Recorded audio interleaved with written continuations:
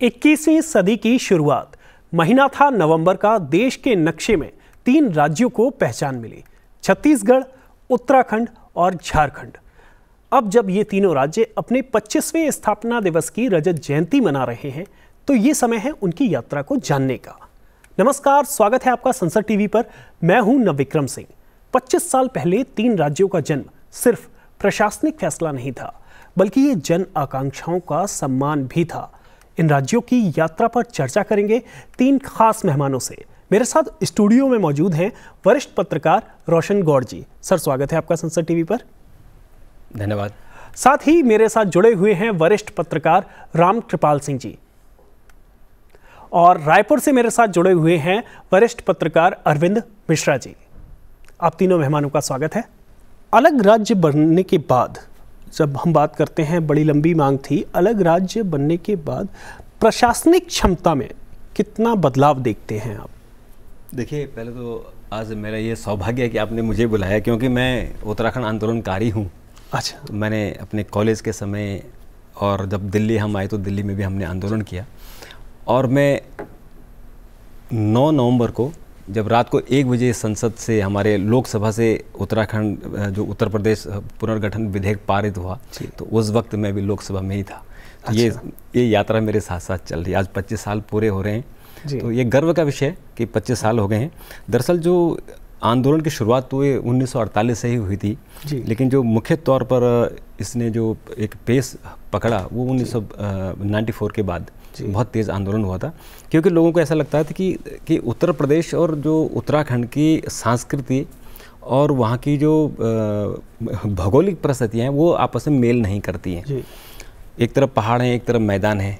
वेशभूषा हो, चाहे सांस्कृतिक हो, चाहे सभ्यता को लेकर भी हो, तो थोड़ा सा एक विभेद रहता था। तो कहीं ना कहीं उत्तराखंड के लोग अपने आप को ऐसा मानते थे कि हम मुख्य धारा से दूर हैं, क्योंकि राजधानी लखनऊ थी। अगर छोटे मोटे काम भी होते तो लखनऊ जाना पड़ता था। तो आंदोलन हुआ, आंदोलन के बाद जद्दोजहद हुई, और फिर जब 2000 में राज्य बना, तो एक तो लोगों को अपनी सरकार मिली कि उत्तराखंड के लोग अपनी सरकार, अपना नेता, अपने विधायक चुन सकते हैं, और उनका मुख्यमंत्री भी अपना होगा। उसके अलावा जिलों की संख्या बढ़ी, जो आपने प्रशासनिक बात की। जिले बढ़ गए, 13, अभी हम बढ़ गए, उस पर 13 हो गए। जो ग्राम पंचायतें हैं वो 7,400 हो गई हैं। जो जिला पंचायत हैं वो 15 हो गई हैं। नगर निगम 11 बढ़ गई हैं। अगर हम स्थानीय निकायों की बात करें तो 151 हो गई हैं। तो ये प्रशासनिक स्तर पर इतना बड़ा फेरबदल हुआ कि हर आदमी को, जो छोटे से एक जो नगर पंचायत हम कह सकते हैं, कि नगर पंचायत से लेके ग्राम पंचायत, इन सबको अपने अपने प्रतिनिधि मिलने शुरू हो गए। तो जहां आप लखनऊ का मुंह देखते थे, अब वहां अपने प्रतिनिधि से आप बात कर सकते हैं। आप अपने ग्राम प्रधान से लेकर, नगर पंचायत से लेकर, ग्राम पंचायत से लेकर, और नगर निगम बन गए हैं। तो अब आपके प्रतिनिधि आपके साथ हैं। आपके विधायक तो पहले भी थे, पर कम थे। पहले 19 विधायक थे, और उनकी संख्या बढ़ के 70 हो गई है। हमारे सांसद 5 पहले भी थे, अभी भी 5 है। सांसदों उतनी है, लेकिन अब इतने ज़्यादा प्रतिनिधि बढ़ गए। और जब ये जिले ज़्यादा हुए, 13 जिले बढ़ गए, तो डीएम की संख्या बढ़ गई। तो अब डीएम अपने क्षेत्र पर ज़्यादा ध्यान देने लगे, फोकस करने लगे। जब तक उत्तर प्रदेश का हिस्सा थे, तब तक डीएम केवल देहरादून में या नैनीताल में बैठते थे। अभी हर डीएम अपने जिले में बैठता है। तो ये एक बड़ी भारी उपलब्धि है। निश्चित पहाड़ों में नहीं जाते थे। तो जब डीएम अपने इलाके में होता है, एसएसपी जब अपने इलाके में होता है, तो वहाँ की कानून व्यवस्था हो, चाहे प्रशासनिक व्यवस्था, वो बहुत अच्छे से होती है। स्कूल की जो व्यवस्थाएं बहुत अच्छी होती हैं। तो एक आपके ऊपर एक सर्विलांस होता है, आपके ऊपर देखरेख होती है, और आपके काम होते हैं। हमने देखा कि जब हम लोग गाँव में थे आंदोलन से पहले, तो गाँव से सड़क जाने के लिए 15-15, 20-20 किलोमीटर पैदल चलना पड़ता था। और आज लगभग हर गांव में सड़क पहुंच गई है। और या 1 किलोमीटर के दायरे में अगर पैदल भी चलना होता है तो 1 किलोमीटर से कम। तो इस तरह से सुधार हुआ। रामकृपाल सर, आपसे समझना चाहूंगा, 3 राज्यों की अलग पहचान की मांग किस सामाजिक और राजनीतिक परिस्थिति में उभरी? देखिए, जब भी किसी छोटे राज्य की मांग होती है, तो आप समझिए उसके पीछे सिर्फ राजनीतिक कारण या आर्थिक कारण ही नहीं होते, उसका एक बड़ा कल्चरल, सांस्कृतिक पहचान की, जिसके भी कोई भी समुदाय जो होता है, एक तो वो भी होता है। दूसरी बात, उनका पिछड़ापन भी होता है। क्योंकि आप देखिए, आज पूरी दुनिया को देख लीजिए, जहां जहां छोटे छोटे जब किसी से कोई अलगाव की बात करता है, अपनी आइडेंटिटी की बात करता है, तो उसमें सबसे पहले जो चीज आती है कि वहां की जो एक लोकल आइडेंटिटी है, उनकी क्षेत्रीय अस्मिता का सवाल जो होता है, उस पर ध्यान नहीं दिया जाता। बड़े स्टेट जब हो जाते हैं तो आप जान लीजिए कि उस बहुत ज्यादा केंद्रीकरण होता है। तो एक तो यह रहा है कि विकेंद्रीकरण के लिए, क्योंकि तब उसमें यह होता है कि जब एक सेपरेट एडमिनिस्ट्रेशन होगा, नजदीकियां बढ़ेंगी, तो लोग ज्यादा ध्यान देंगे जी, और उनका विकास हो सकेगा। और प्लस उनकी अपनी पहचान, जो सबसे बड़ा चीज रही है आज जो डिमांड हो रही है, ये हमेशा आइडेंटिटी की एक पहचान, जो हमारे यहाँ बहुत बाद में शुरू हुई। जैसे जैसे हम विकास की तरफ बढ़ते गए, जैसे हमेशा ये होता है कि जब नाभि भर जाती है, यानी पेट भर जाता है, तो नाक की बात आती है जी, आइडेंटिटी। तो वो जो होता है कि धीरे धीरे अपनी पहचान, या आप कह सकते हैं कि वो सोशियो इकोनॉमिक पॉलिटिकल जब वो एम्पावरमेंट होता है, तो फिर ये चीजें बढ़ती हैं। अब आप देखिए, जैसे अभी उत्तराखंड की बातें कर रहे थे, आप सोचिए जी कि कर्मनाशा, हमारा जो उत्तर प्रदेश था एक जगह, जहां कर्मनाशा ऐसी नदी है जो बिहार और उत्तर प्रदेश को डिवाइड करती है, ये वाराणसी से आगे जाकर के बिहार की सीमा पर है। कर्मनाशा से बद्रीनाथ जी, आप कल्पना कर लीजिए, अगर कोई कर्मनाशा मतलब उस छोर से कोई चले जो बिहार का सीमावर्ती इलाका है, तो बद्रीनाथ पहुंचने में 2 दिन लगेंगे आप जी। आप सोचिए, एक ही प्रदेश में आप जाने के लिए, तो कैसे संभव था इतने बड़े प्रदेश को। तो चलिए उत्तराखंड की मांग हुई, और याद कीजिए कि जब रामपुर तिराहा, जहां पर मुलायम जी ने गोली चलवाई और तमाम लोग वहां शहीद हुए जी। लेकिन एक चीज कहूं आपसे कि छोटे राज्यों की बनने की बात तो अच्छी होती है, उनकी सांस्कृतिक पहचान, उनकी आर्थिक प्रगति और तरह तरह का उनका राजनीतिक प्रतिनिधित्व मिलता है। लेकिन आप ये भी जान लीजिए कि बर्डन, प्रशासनिक खर्च बढ़ जाता है, और अगर प्रशासनिक खर्च बढ़ गया, जहां 3 डीएम काम कर रहे थे वहां अगर 36 डीएम का काम कर रहे हैं, अगर रिटर्न नहीं आ रहा है, तो इसका मतलब यह होगा कि बोझ बढ़ेगा, और केवल आपको ये होगा कि चलो हमारी पहचान हो गई। तो जैसा कि रोशन जी ने कहा कि हमें ये देखना चाहिए कि सड़कें कितनी बनी, कितना उनकी प्रति व्यक्ति आय में कितनी बढ़ोतरी हुई। तो ये सब सारी चीजें जो होती हैं, मेरा ऐसा मानना है कि तीनों राज्यों में करीब करीब इसका फायदा हुआ है, लेकिन जितना होना चाहिए था उतना नहीं हुआ। निश्चित तौर पर जैसा कि आपने कहा सर, रामकृपाल सर, कि फायदा हुआ है, और रोशन जी ने भी उसका जिक्र किया। हम आएंगे, जो चुनौतियां भी, तरह तरह की चुनौतियां भी आई, लेकिन उससे पहले रायपुर चलते हैं अरविंद जी के पास। अरविंद जी, जैसा कि रामकृपाल जी अभी बता रहे थे, स्थानीय कला और संस्कृति की बात, जहां हम छत्तीसगढ़ में देखते हैं तो गोंड और हल्बी, तरह तरह की जनजातीय समूह हैं। क्या उनकी स्थानीय सांस्कृतिक विरासत को बढ़ावा मिला है, प्रोत्साहन मिला है? किस तरीके से देखते हैं आप? बिल्कुल, छत्तीसगढ़ का निर्माण भी कहीं ना कहीं जिस प्रकार से उत्तराखंड और झारखंड की जो प्रशासनिक नजरिए से जो आवश्यकताएं थी, उसी प्रकार से छत्तीसगढ़ की भी आवश्यकताएं थी। क्योंकि भोपाल जो मध्य प्रदेश, अविभाजित मध्य प्रदेश रहा, वहां जो राजधानी थी, वो छत्तीसगढ़ के कई क्षेत्र ऐसे हैं, जैसे बस्तर का क्षेत्र हो या फिर राजनांदगांव का क्षेत्र हो, इससे बहुत मतलब लगभग 2 दिन लग जाते थे। बल्कि कई क्षेत्र तो ऐसे हैं, यदि हम दंतेवाड़ा के गीदम से बात करें तो 3-3 दिन लग जाते थे। तो प्रशासनिक बाधाएं तो थी, उसका समाधान तो हुआ ही, और साथ साथ में जो आपने बात उठाई कि सांस्कृतिक जो अस्मिता है, और उसके साथ साथ जो यहाँ का जनजातीय समूह है, उन तक क्या विकास पहुंच पाया, और क्या उनकी संस्कृति उस रूप में संवर्धित और संरक्षित हो रही है, तो निश्चित रूप से इसका लाभ मिला है। मैं 2 महत्वपूर्ण उदाहरण देना चाहता हूं। अभी पिछले कुछ महीनों पहले बस्तर में बस्तर पंडुम और बस्तर ओलंपिक 2 महत्वपूर्ण आयोजन हुए।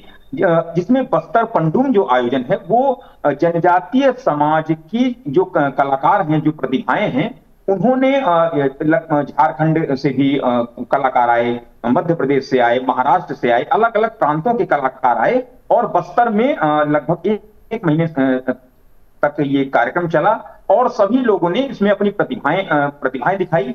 सोचिए, ये बस्तर वह क्षेत्र है जो माओवाद से पीड़ित था कई वर्षों तक। आज वहां बस्तर पंडुम के जरिए वैश्विक रूप से वहां के जो जनजातीय कलाकार हैं उन्हें मंच मिल रहा है। निश्चित तौर पर अरविंद जी बिल्कुल, मैं आगे भी आपके पास आता हूं, लेकिन जैसे कि रोशन जी जिक्र किया, अरविंद जी ने गीदम का जिक्र किया, दंतेवाड़ा के नज़दीक वो जगह है। रिपोर्टिंग करते दौरान एक बार हमने देखा था वहाँ थाना उड़ा दिया गया था जो लेफ्ट विंग एक्सट्रीमिस्ट हैं, लेकिन कुछ साल पहले जब मैंने वहाँ देखा तो एक बहुत शानदार शहर बसा हुआ है, वहाँ बीपीओ काम कर रहे हैं, बेहतरीन एजुकेशनल इंस्टीट्यूट काम कर रहे हैं, दंतेवाड़ा की मैं आपको बात बता रहा हूँ, और जो कि माओवादियों का गढ़ माना जाता था एक जगह। तो इस तरीके के परिवर्तन आप किस तरीके से देखते हैं कि ये जो परिवर्तन जो बेहद ज़रूरी थे, वो परिवर्तन ज़मीन पर, धरातल पर आपको और भी जगह दिखाई दे रहे हैं? देखिए, आपने जो झारखंड के और खासकर जो छत्तीसगढ़ की बात हो रही है, दंतेवाड़ा की जी, छत्तीसगढ़ में और झारखंड में जो नक्सल की प्रॉब्लम थी वो यही था कि प्रशासन आपसे दूर था जी, और जो वहाँ नक्सली थे उनको खुली छूट मिली हुई थी। वो जब चाहते थे, जिसको चाहते थे उड़ा देते थे। पुलिस वालों को, सीआरपीएफ की, हम आए दिन खबरें सुनते थे कि आज पुलिस की गाड़ी पर उन्होंने हमला कर दिया, सीआरपीएफ के लोगों पर हमला कर दिया। तो वो जब ये अलग राज्य बन गए तो आपके प्रशासनिक ढांचे छोटे हो गए और पुलिस की सुरक्षा की व्यवस्था भी आपके कंसंट्रेशन होने लग गई। अभी आप देखिए कि गृह मंत्री अमित शाह ने कहा है कि मार्च 2026 तक हम नक्सल का सफाया कर देंगे, यानी कोई नक्सल का नाम लेने वाला नहीं मिलेगा।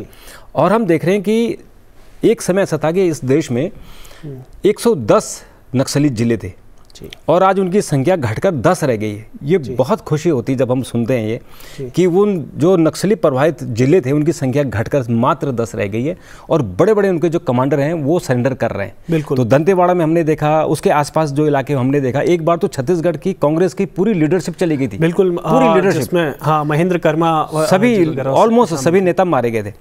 आज नक्सली डरते हैं, क्यों कि फोकस एरिया हो गया कि आपकी जो स्थानीय प्रशासन है वहाँ ध्यान दे रहा है, जो केंद्र से हमारी जो केंद्रीय फोर्सेस हैं वो वहाँ ध्यान दे रही हैं और साथ साथ विकास हो रहा है। सबसे पहले जब वहाँ टीवी के टावर लगे थे, जब वहाँ टेलीकॉम के टावर लगे थे तो नक्सलियों ने उनको लगने ही नहीं दिया।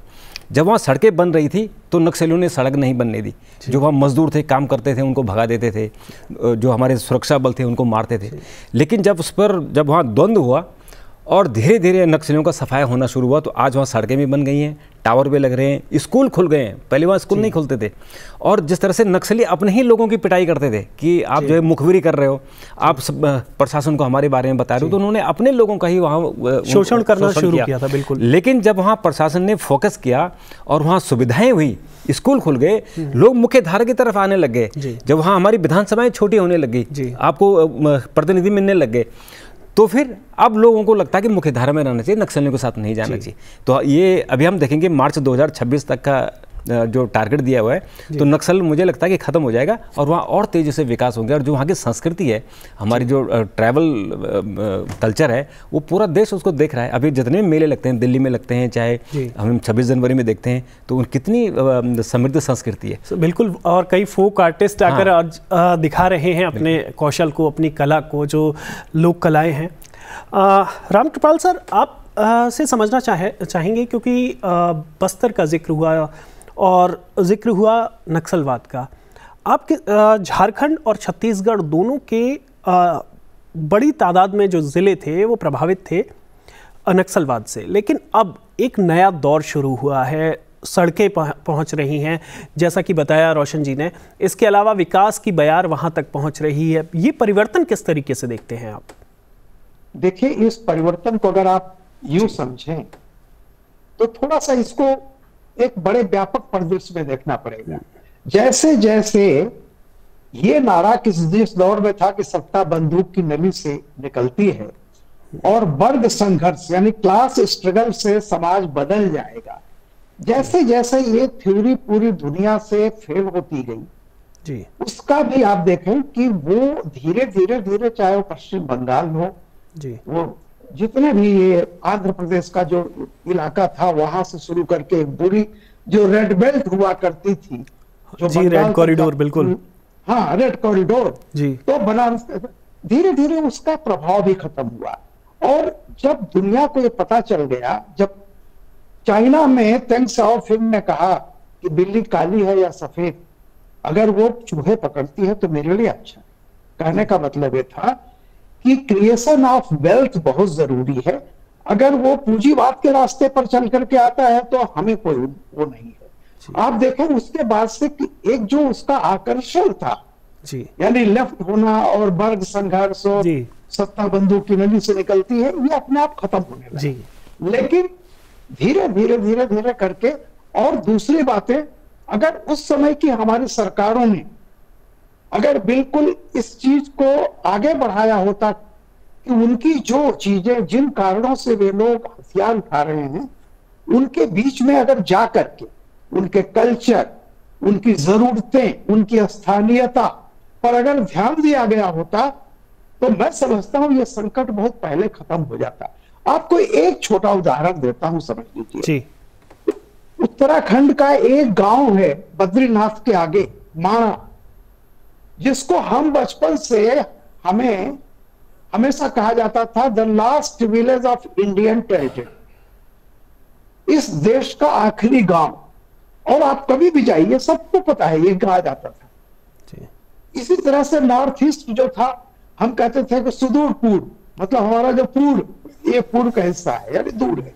सवाल इस बात का हमारी सोच में केंद्र क्या था? तो इसका मतलब जब भारत का हृदय, आप ये मानेंगे कि यही दिल्ली ही नहीं, दिल्ली जी, सब बिल्कुल। कुछ है, यहां से दूरी नापो। पहली बार मोदी जी गए उस माणा गांव में और उन्होंने कहा कि माणा हमारा पहला गांव। ये सोच जी, बिल्कुल, जब आप अपनाने की बात करेंगे तो हुआ क्या है कि जिन राज्यों में ये चीजें जो हुई है, मैं उस बहुत डिटेल नहीं जाता हूं, क्योंकि एक चीजें होती है। आज उत्तर प्रदेश में उत्तराखंड अलग हो गया है, फिर भी आप सोचिए अगर पाकिस्तान की पूरी आबादी आज उत्तर प्रदेश की आबादी करीब करीब बराबर है, जी, पाकिस्तान में कितने डीजी होंगे, कितनी चीजें होंगी, और उत्तर प्रदेश का करीब करीब उसी आबादी का देश एक डीजी संभालता है। जी, अब आप सोच सकते हैं। जी, तो क्या होता है कि तो आबादी का प्रेशर, दूसरे आज दौर बदल चुका है। पहले किसी दौर में ये था कि रोटी कपड़ा मकान होता था, जी, बेसिक नेसेसिटी।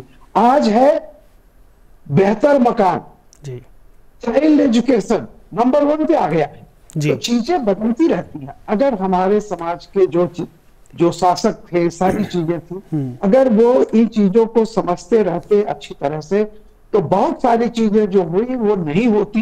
लेकिन चलिए, देर आए दुरुस्त आए। अब उधर से भी वो सब समझ गए हैं कि हिंसा निरर्थक है, हिंसा से कोई बदलाव अब नहीं किया जा सकता, क्योंकि स्टेट पावर इतनी स्ट्रांग हो चुकी है दुनिया में कि अब उनके खिलाफ आप हथियार से कोई क्रांति नहीं कर सकते हैं, ना वो समाज बदल सकते। बिल्कुल, बिल्कुल सर, जिस तरीके से आपने कहा, और इसके अलावा जो नए अवसर मिले, जो शिक्षा का, रोजगार के, या फिर बुनियादी सुविधाएं, जो अवसर मिले, उसने एक बड़ी भूमिका अदा की। अरविंद जी, आपसे समझना चाहूँगा कि किस तरीके से छत्तीसगढ़ की यात्रा 25 वर्षों की देखते हैं, खासतौर पर युवाओं के लिए, जिन लोगों ने छत्तीसगढ़ का सपना देखा था। रोजगार के अवसर किस तरीके से सृजित हुए, बुनियादी सुविधाएं, स्वास्थ्य, बिजली, किस तरीके से देखते हैं आप यात्रा? मैं इसके कुछ उदाहरण बताना चाहता हूं। जी। छत्तीसगढ़ देश की अर्थव्यवस्था में कितना महत्वपूर्ण स्थान रखता है। देखिए, किसी भी चीज को चलाने के लिए, दैनिक रोजमर्रा की आवश्यकताएं, कोई क्रियाकलाप हो या फिर कल कारखानों को चलाने के लिए ऊर्जा एक सबसे बड़ा महत्वपूर्ण कारक और संसाधन है। देश में दूसरे स्थान पर है ऊर्जा बिजली उत्पादन के मामले में। 30,000 मेगावाट बिजली का उत्पादन छत्तीसगढ़ करता है और 2030 तक पहले स्थान पर आएगा। जैसा कि आपने बताया युवाओं को इसका कितना लाभ मिलना चाहिए, तो मैं बताना चाहता हूं कि 1853 से लेकर अभी 2014 तक यदि हम रेल कनेक्टिविटी, क्योंकि कनेक्टिविटी एक ऐसा वो है कि उससे बहुत सारे रोजगार के संसाधन विकसित होते हैं और सृजित होते हैं। रेल कनेक्टिविटी के मामले में लगभग 11,000 रूट किलोमीटर रेलवे लाइन लगभग 100 साल में जो बिछाई गई थी। पिछले 2014 से 2030 तक आने वाले लगभग ये 2200 रूट हो जाएगा, लगभग यानी दोगुना। तो कनेक्टिविटी बढ़ रही है। इसी प्रकार से अन्य अलग अलग क्षेत्रों में, क्योंकि कृषि प्रधान प्रदेश रहा है, लेकिन पिछले हम 25 वर्ष की यदि हम यात्रा देखें तो छत्तीसगढ़ अब सेवा से जुड़े उद्योगों पर ध्यान दे रहा है, पर्यटन से जुड़े उद्योगों में। यहाँ आप, चूंकि आप स्वयं छत्तीसगढ़ के दौरे पर कई बार आप रिपोर्टिंग करने आ चुके हैं, तो यहाँ आप एक तरफ बस्तर को देखते हैं जो कि फॉरेस्ट इकोनॉमी का सबसे बड़ा स्रोत है, क्योंकि लगभग 44% हमारा वन क्षेत्र है, तो जिससे हम वनोपज के मामले में काफी अच्छी प्रगति कर रहे हैं। उससे जुड़े उद्योगों को यहाँ काफी बढ़ावा मिल रहा है। दूसरी ओर मैंने जैसा कि बताया कि नया रायपुर का यदि हम जिक्र करें कि भविष्य का शहर कैसा हो, जो कि रोजगार उन्मुख हो, साथ साथ में तकनीक और समावेशी विकास के सभी मानकों को पूरा करता हो। तो आज मैं दो उदाहरण बताना चाहता हूँ कि नवा रायपुर में AI का डाटा सेंटर और सेमी कंडक्टर के कारखाने का पिछले कुछ महीनों पहले ही भूमि पूजन हुआ है। यानी जिस छत्तीसगढ़ को लोग माओवाद के नाम से एक प्रकार से उसकी विकास यात्रा को धूमिल किया जा रहा था, उसी छत्तीसगढ़ में युवाओं के हाथ अब सेमी कंडक्टर और AI को लेकर की जो तकनीक और अर्थव्यवस्था है उसे आगे बढ़ाने में योगदान देंगे। जी बिल्कुल अरविंद जी, जैसा कि आपने बताया कि युवाओं को नए अवसर मिल रहे हैं, खासतौर पर तकनीकी माध्यम से। लेकिन रोशन जी, मैं आपसे समझना चाहूँगा, जैसे उत्तराखंड की अगर बात करें, उत्तराखंड की मांग के दौरान एक सबसे प्रमुख बिंदु था जो सांस्कृतिक पहचान है उत्तराखंड की, जो लोक संस्कृति है उसके बारे में। लेकिन क्या आज आप ऐसा देखते हैं कि शहरीकरण ने कहीं ना कहीं उस लोक संस्कृति से ही दूर कर दिया है? लोग विकास की दौड़ में कहीं ना कहीं अपनी जड़ों को भूल रहे हैं। कैसा आपका रिएक्शन जानना चाहेंगे इस पर? दरअसल आपने बहुत ये जो उत्तराखंड की एक दुखती नब्ज़ है उसको छेड़ दिया है। दरअसल उत्तराखंड तो बना और हमें इसका फ़ख्र भी है कि एक अलग राज्य बना और हमारी अलग पहचान बनी, लेकिन पहाड़ी और जो उसकी भौगोलिक परिस्थितियाँ हैं वो बहुत कठिन है, दुरूह है।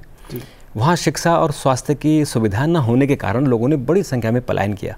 आप देखिए कि उत्तराखंड के लोग दिल्ली, मुंबई, आप कहीं भी चले जाएं तो आपको उत्तराखंड के लोग मिलेंगे, रोज़गार के लिए, शिक्षा के लिए और स्वास्थ्य के लिए, 3 कारणों के लिए। जब नई सरकारें बनी वहाँ पर आपने देखा कि हमारा जो राज्य भी 25 साल पूरे हुए हैं, इस 25 सालों में उत्तराखंड में 13 मुख्यमंत्री हुए हैं। जी 13 मुख्यमंत्री झारखंड में हुए हैं, जबकि छत्तीसगढ़ में केवल 4 मुख्यमंत्री हुए हैं। एक मुख्यमंत्री केवल 15 साल रहे, डॉक्टर रमन सिंह। तो जो राजनीतिक अस्थिरता रही है वो भी इसका एक बहुत बड़ा कारण रहा है। तो जब वहाँ से पलायन हुआ तो गांव खाली होने लगे। अभी जो रिपोर्ट आई है उत्तराखंड की, जो पलायन आयोग है उसकी रिपोर्ट है कि करीबन 600 गांव ऐसे हैं जो बॉर्डर एरिया में हैं जो खाली हो रहे हैं जी। और कुछ गांवों के तो नाम भी उन्होंने लिखे हैं जो बिल्कुल भुतुहा हो गए हैं, खंडर हो गए। तो अभी लॉकडाउन जब हुआ था तो उसके कारण थोड़ा सा रिवर्स प्लान हुआ है, लेकिन बहुत ज़्यादा नहीं हुआ, लेकिन हुआ है। इसके कारण क्या हुआ कि जो शहरी लोग हैं, शहरी आबादी पहाड़ों की तरफ जा रही है, तो उसके कारण क्या हुआ कि जो उत्तराखंड की ज़मीन है वो बाहर के लोग ले रहे हैं। उत्तराखंड में जो पर्यटन को बढ़ावा दिया जा रहा है तो पर्यटन के कारण भी बाहर के लोग वहाँ आ रहे हैं। इसके कारण वहाँ सांस्कृतिक, मैं कहूँगा कि आने वाले दिनों में, अभी नहीं, कुछ आने वाले समय ऐसा होगा कि जब वहाँ सांस्कृतिक तौर पर वहाँ झगड़े होंगे, क्योंकि जो पहाड़ की संस्कृति है बहुत सीधे साधे लोग हैं, वहाँ ताले नहीं लगते हैं आज भी। लेकिन जो मैदान से लोग जा रहे हैं वो वहाँ उदंडी टाइप हरकतें करते हैं। हमने देखा है वो सड़कों पर ही बैठ जाते हैं, वहीं अपनी इस तरह की हरकतें करते हैं कि वहाँ आपस के जो स्थानीय लोगों के साथ झगड़े करते हैं। वो है एक समस्या आने वाली है। दूसरी जो मैंने कहा कि वहाँ गाँव खाली हो रहे हैं, एक समय ऐसे आने वाला है जो उत्तराखंड में आज से नहीं, मैं कहूँगा 15-20 साल बाद आप देखेंगे कि जो कश्मीर में स्थिति कश्मीरी पंडितों की हुई है वही कहीं उत्तराखंड के जो पहाड़ी लोग हैं उनके ना हो जाए।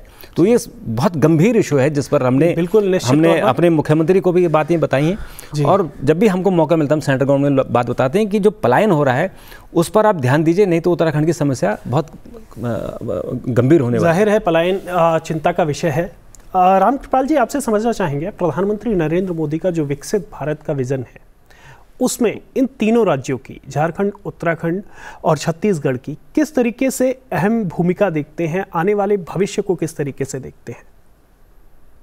देखिए, जैसा रोशन जब भी आप कह रहे थे, कहीं भी माइग्रेशन क्यों होता है, पलायन होता क्यों है? अगर हमारी जरूरतें, जिस जमीन पर हम पैदा हुए, जिस जमीन पर हम खड़े हैं, अगर वहीं रह करके हमारी मूलभूत जरूरतें पूरी हो जाएं, तो कोई अपना घर नहीं छोड़ना चाहता।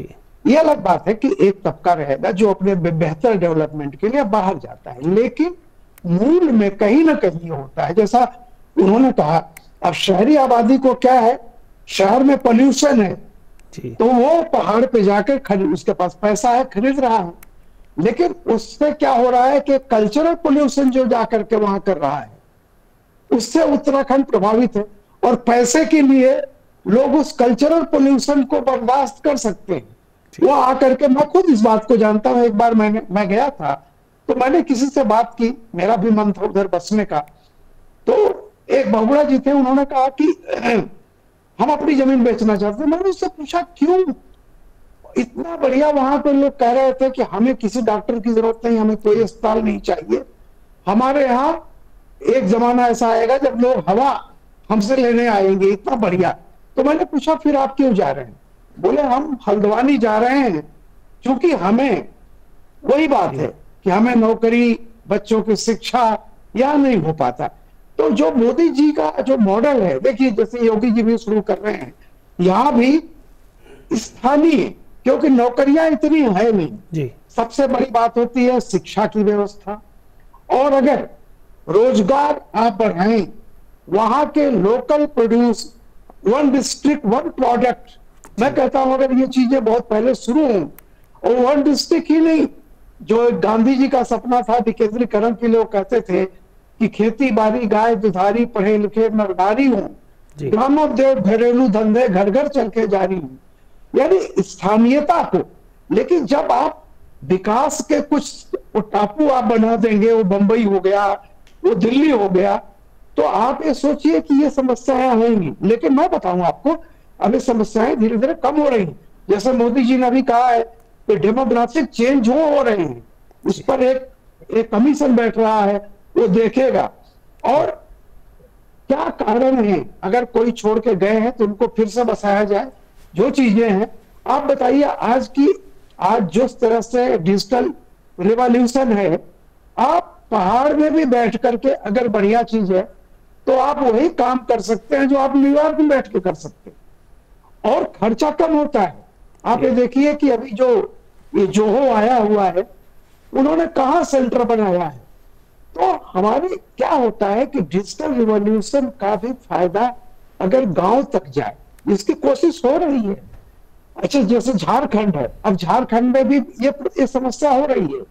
बहुत सारा वहां चूंकि एक सीमांत राज्य है जहां से इतनी ज्यादा घुसपैठ हो रही है कि वहां की डेमोग्राफी चेंज हो रही है।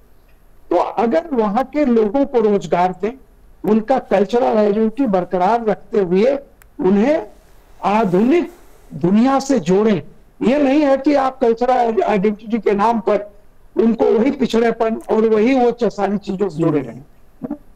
विरासत और विकास दोनों को एक साथ रखना होगा, बिल्कुल। चीजें हैं। और देखिए, भारत से पलायन रोकने का एक ही है हमारे राज्यों का कि स्थानीयता, विकेंद्रीकरण कीजिए, आर्थिक विकेंद्रीकरण हो, राजनीतिक विकेंद्रीकरण हो। जब तक हम इस पर फोकस नहीं करेंगे, एग्रो बेस्ड इंडस्ट्रीज हो, लोकल रोजगार। अब आज देखिए मोदी जी कहां तक सिग्नेचर, जो कश्मीर में ब्रिज बना है, आज आप चिनाब ब्रिज, जो कभी एक बात कही जाती थी कि सीमा पर अगर हम सड़क बना देंगे तो दुश्मन घुस आएगा, उसको जल्दी होगी, उलट गया विचार। उन्होंने कहा कि नहीं, सीमा पर हम सड़क बनाएंगे ताकि हम वहां जल्दी पहुंच सके, और अगर दुश्मन आता भी तो हम देख लेंगे। लेकिन जैसा हमारे साथियों ने कहा, किसी भी विकास की जो भीड़ होती है वो इंफ्रास्ट्रक्चर होता है। आप उद्योग ले जाएं, पहाड़ों पर भी इतना बढ़िया माहौल है, उसके हिसाब से, पर्यावरण के हिसाब से वहां उद्योग लग सकते हैं। ये कोशिशें हो रही हैं, और मैं आशावादी हूं कि निश्चित तौर पर ये छोटी छोटी जो स्टेट हैं इनके बनने से अच्छा ही हुआ है।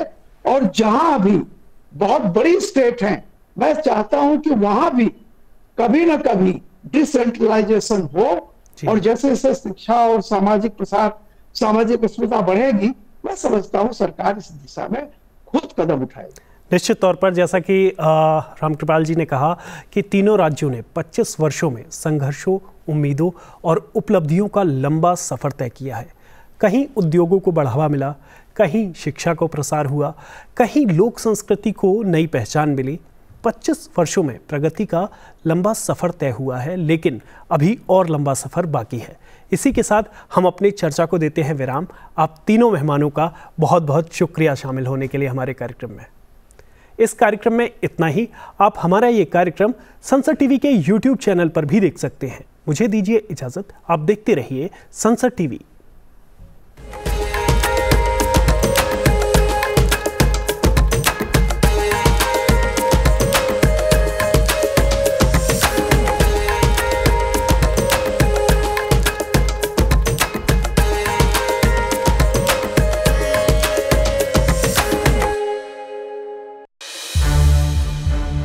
संसद टीवी के और भी प्रोग्राम्स देखने के लिए सब्सक्राइब करें हमारा YouTube चैनल और हाँ, इन्हें लाइक और शेयर करना ना भूलें।